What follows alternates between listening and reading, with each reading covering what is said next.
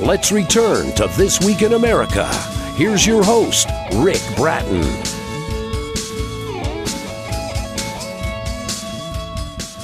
Welcome back, everybody. This Week in America, coast to coast. Thank you for joining us on the program today.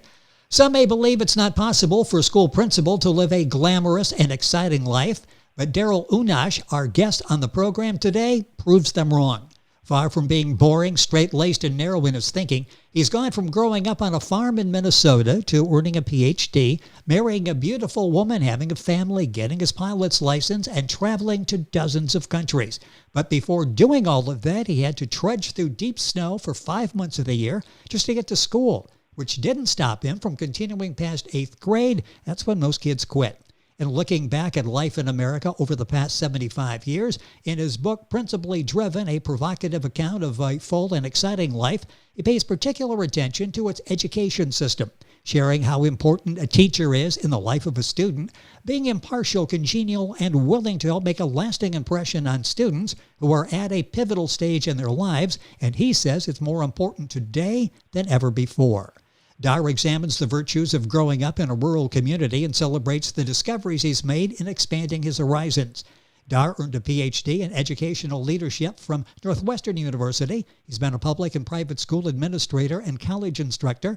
He's a visionary, philosopher, historian, advisor, political activist, pilot, international traveler, currently living near Miami, Florida. Daryl Unnasch, author of Principally Driven, a provocative account of a full and exciting life, is our guest on This Week in America. Daryl, welcome to the program. It's great to have you with us.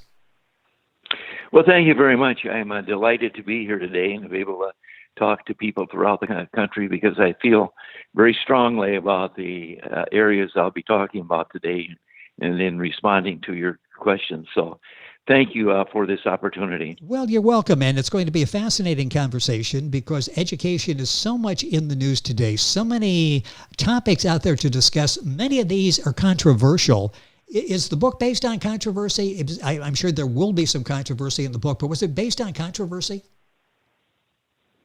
And to some extent, but I guess didn't really think too much about it being that way. Mostly I wanted to reveal some of the conclusions I've come to, some of the observations I've made, and just create a book that could be a legacy for me. In other words, I would hope that my kids and grandkids would read the book and see what it was like to be alive and working and surviving on a farm in the northern part of the United States in Minnesota.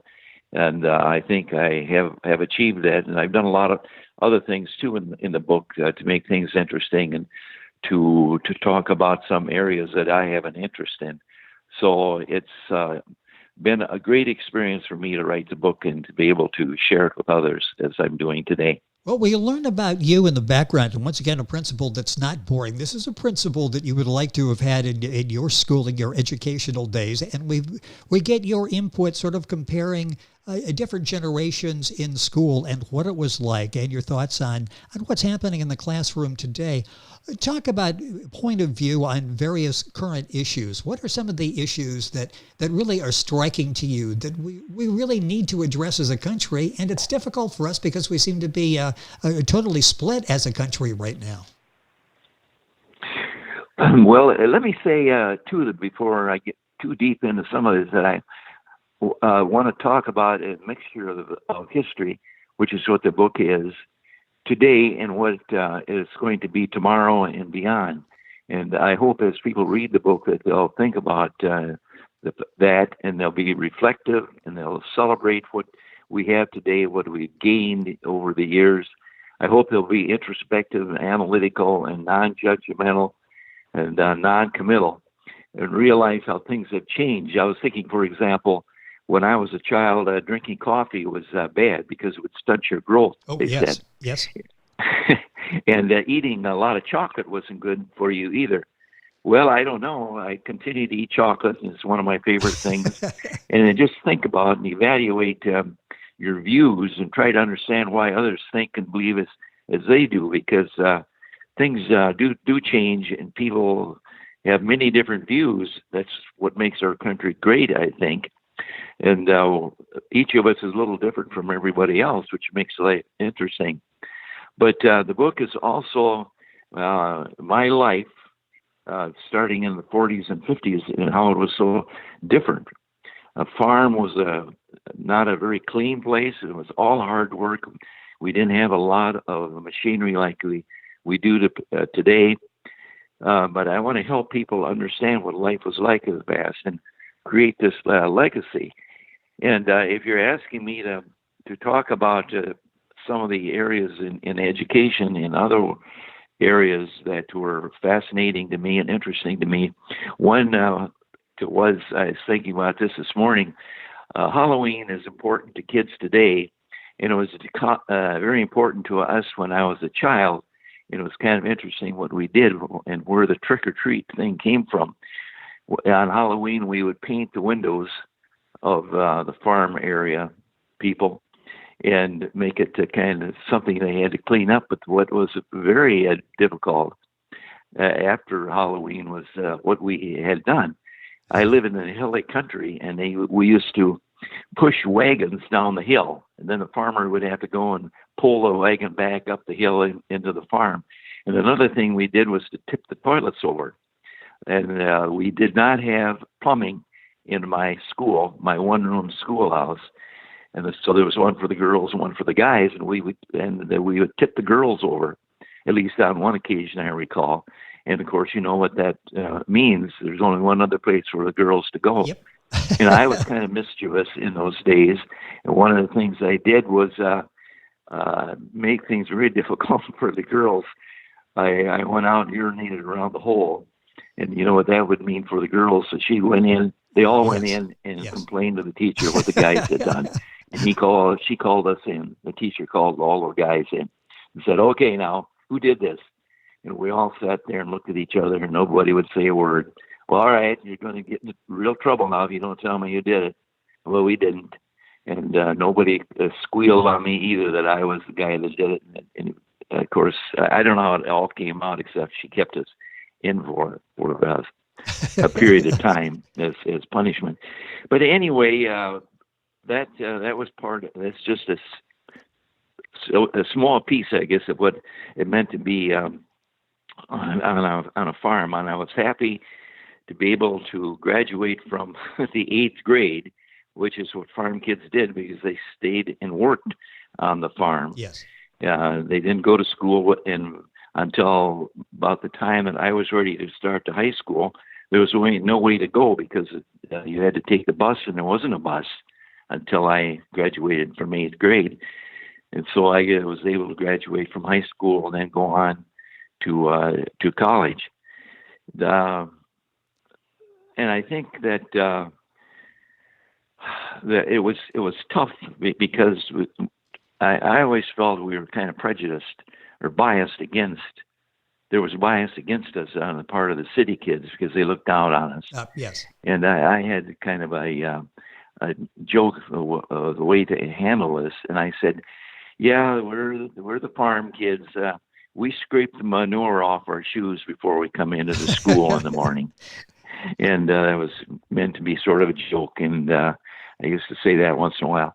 Well, but, that sort of breaks the ice, doesn't it? That's where humor comes in handy. You can sort of take these prejudices, these bias that somebody has, and once you get them laughing, that's sort of a common language, isn't it? Did that warm them up when, okay, the kid's got a sense of humor? Yeah. Well, in writing the book, I talked about a lot of different trends that we've come through. Yes. And one of them is the presidents. I speak about a number of presidents that we've had, many of whom I have great admiration for. For example, President Truman, I probably wouldn't have voted for. I was too young to vote for him anyway. But when I see what he did in ending World War II by bombing Nagasaki and Hiroshima so that our soldiers didn't have to march into Tokyo and kill a lot of people, and a lot of them being killed, he ended the war. And I also had great admiration for him because he went into South Korea and protected them from the North Koreans taking over South Korea. And then he had a very stormy relationship with MacArthur, who was admired by Americans and was admired by me and still is. But he had a lot of differences with MacArthur, and finally decided he had to fire him. So they agreed to meet in Guam for a meeting to talk about it. And as they flew towards Guam, of course, Truman was flying from this direction, and MacArthur was flying from his direction of Asia. And as they got there, they arrived at the same time. MacArthur had no respect at all for Truman. He disliked him greatly, and he wouldn't land. And the practice is that the person of high rank lands last. Well, Truman finally had to call MacArthur on the phone and order him to land, which he did. And Truman's comment was, "I don't care what the SOB thinks of Harry Truman, but he is not going to insult the President of the United States." And that has been quoted and shows what kind of spunk that Truman had. Yes, and one of the many stories I talk about Truman and MacArthur in the book somewhat. And MacArthur, of course, went home to a standing ovation everywhere he went. The people of the United States loved him, and he was finally spoke to Congress. And when he ended, he made a comment that has never been forgotten. Old soldiers never die; they just fade away, and that's what he did. He went back home and really wasn't visible in respect at all after that. And a few years later, died. Another thing I did in the book was to talk about trends and implications, and I found the prices of things back in the 30s, which of course is 70, quite a few years ago. Yes. And let's see, I'll get to that in a second. Yes, I want to mention the prices. Yeah, I'm sorry. The book is principally driven. So if you're listening and wondering, wow, this sounds like this would be an interesting read. Well, first of all, it is. The book is principally driven, a provocative account of a full and exciting life by Daryl Unnasch, our guest on the program. That's Unnasch. The book's available at Amazon, principally driven. If you go to our website, thisweekinamerica.us, you can link on directly to Daryl's book information at Amazon. So, Daryl, go back. I didn't mean to interrupt, but I wanted to let people know the name of the book and where they could purchase it. Okay, thank you. I listed the prices of a number of things in the 30s, which shows what things were like then compared to now. President Roosevelt outlawed marijuana in the 30s, which is kind of interesting compared to what's going on today. The Yankees won the World Series. I guess they never lose. Life expectancy was 59.7. A new home cost $4,100. Wow. The average income was $1,788 a year. A new car cost $760. Rent was $26 a month. Tuition to Harvard was $420 a year. Hamburger was 12 cents a pound, and I worked on one occasion for 60 cents per hour. Of course, I wasn't working in the 30s yet. I was too young for that. And my grandfather used to talk to me about working for $1 a day, if you can believe it. But there were other trends. Everything, I think, tends to be bigger today and more complex. Well, how grocery about stores I'm sorry. Yeah, talk about grocery stores, because that's fascinating what they are today. They're like mini cities when you walk into them. Yeah. I think about, of course, Publix is the store here in Florida, the big store. And they are tearing them down and making them bigger, and then they incorporate other stores within the store, like Starbucks. You can go now to Publix to get your cup of coffee. On the other hand, cars are smaller, but more complex and more luxurious. Yes. Although now that the sedans are smaller, why we drive SUVs today, and some homes are huge, thousands and thousands of square feet. And another area that's much larger, churches are getting larger. We have a lot of mega churches in the country. I read yesterday, I think is 12 or 1,300 mega churches. I go to one here in Florida that was begun by a football coach back in the 70s in his living room. And they grew it. They had to build a church, and then he had to build another one. And today he has 11 churches here in the county that I live in, as well as the neighboring county. And there are 28,000 people in his just church amazing. on Sunday morning. Churches, actually. Actually, that's just amazing when you think about that. You read about mega churches, and then you put a number like that, the thousands that are members in that church. Unnasch is our guest on the program. Unnasch, that's Unnasch. Time going by so quickly on the program. This is such a fascinating read on so many levels. Let's talk a little bit about kids. When you were going to school, when you were in the classroom and principaling in the schools around the country, and where they are today, what are some of the changes you've seen over the years with today's young people? The big change I saw is that kids don't read anymore. They don't read books. They don't go into the library and pick out a book to read. And an example of that is I had a speaker come into high school I had in Michigan some years ago, and it was very interesting. The kids loved him.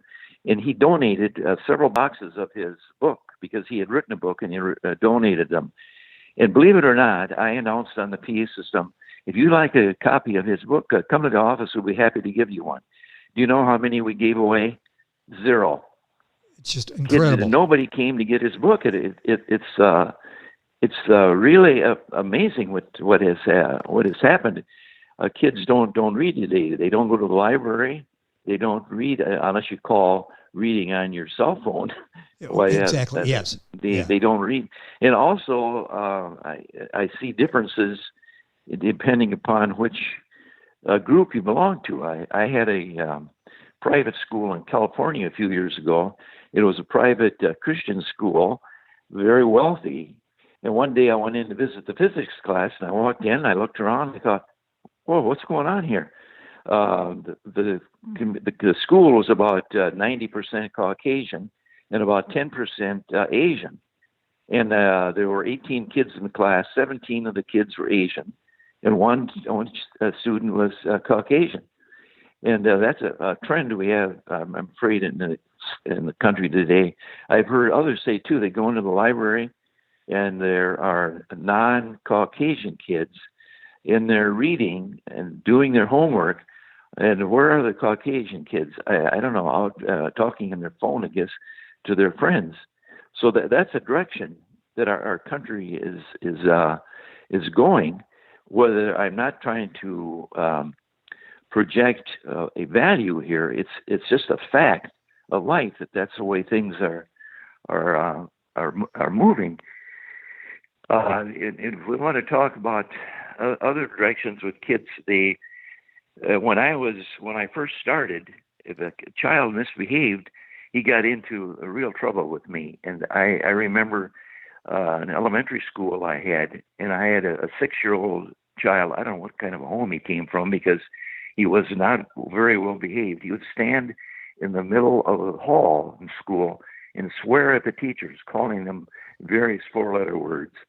And it was so bad I would have to take him and hold him on my lap to get him under control till we got the parents in there who could take him home. We eventually took them to court because it was so bad. But and today the difference is kids still misbehave and sometimes misbehave badly. You can't do anything with them. You can't touch them. If you touch them, you get into trouble. Everything has to be talk. Well, you and I know, and we all know, that talking alone doesn't get the job done. Sometimes you have to apply some other kinds of pressure on the kids. And at the time I retired from education, it was getting even worse.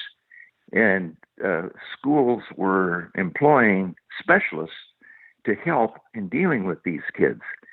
And we frequently have to just call the parents and have them come and take the child home. So I see that as a change also. And we still try to help kids to have fun and to enjoy life and celebrate what's going on. And for a while here, a year or so ago, we were referring to college kids as snowflakes. I couldn't think of the word for a minute. Yes, exactly. Yes. Because they were so weak. And if it was one little stressful thing, they'd go off in the corner and cry. And I think, as I recall, when we had the election back in 2016, some of them were very unhappy with the results, and they were back somewhere in the corner of the university crying. Well, that's not the way college students used to conduct themselves. We were, especially the guys, were big and strong. And even the students in law school, they insisted that they'd call the class for several days so the kids could just mourn over whatever was going on. And you wonder what kind of a lawyer they're going to make if they have to behave this way. If you sob in the you sob in the courtroom, that's not the best demeanor in front of the judge. There are so many interesting stories and trends and observations. You've got education, travel, politics, military, history, spirituality, philosophy, trends. It's all in Dar's book. The book is Principally Driven, a provocative account of a full and exciting life. I've got a minute or so left in the program, and if you're thinking, I like the way this guy thinks, well, the book is available, and you can get insight into to Dar and into his years in education. But I think sort of summing it up, when you retire as a principal, for some reason you're brought back, you're entering the school, and the students give you a standing ovation. And I know you say that's one of the highlights of your career. Talk about that, because what you did, that relationship that you had with the students, that was really powerful, wasn't it? On both sides. The students felt that, and you felt that. Well, it was, because I love kids, and I think they knew I loved them. I was not a pushover, though. I didn't let kids get away with things, and there were times I had to get pretty strict with them. But I was fortunate enough at that time to be in a very nice school. It was a suburb of Chicago known as River Forest. And I was there, I think, 7 years. And I got to know kids pretty well. In fact, I would go at the end of every year, go into an elementary school, because I was in a middle school. I'd go into the elementary school and talk to the kids that were going to come over the next year, and I could pick out the ones that had a brother or sister in my school because of the similarity. But anyway, when I retired, of course, I left the school, and I went to another school in another state because, I just did. And I came back in October, which meant that the school was in session for a couple of months. And they didn't know I was coming back for a visit, that I parked in the parking lot. And I went into the gymnasium because that's where they ate lunch. And I walked in the door, and they stood up and gave me a standing ovation, clapping and shouting, and it just absolutely floored me, because I didn't expect them to do that, and I felt such love. And I'm that kind of a person. And it was just one of the highlights of my whole career to think that the kids would do this. And if you wonder if you're making an impact on young people, and something like that happens, and you know, okay, this has been time well spent, because I have reached out, they're reaching out back, and we do have this bond. Daryl Unnasch is our guest on the program. The book is Principally Driven, a provocative account of a full and exciting life. Unnasch is Unnasch. Just look for the book Principally Driven at Amazon. You can go on directly to our website, thisweekinamerica.us, and link on to get information on the book. Dar, it's been a pleasure having you with us. Hopefully we can do it again. So many great stories in the book, so many great ideas, your perspective of education. Thank you for being with us on the program. Well, thank you very much. It's been my pleasure, and there's many other things outside of education I could talk about, but I realize I'm out of time. So thank you. I hope we can do it again sometime. Thank you. When we run out of time, then we'll have to continue that. So many more things that you want to talk about that I want to hear and listen to you talk about. And we will do this again with our Unnasch, our guest on the program. Principally Driven, a provocative account of a full and exciting life is his book. You'll find information on our website, thisweekinamerica.us. Back on today's program after these messages. This Week in America is online. You can visit our website, thisweekinamerica.us. Scott Pinkerton, associate producer of This Week in America.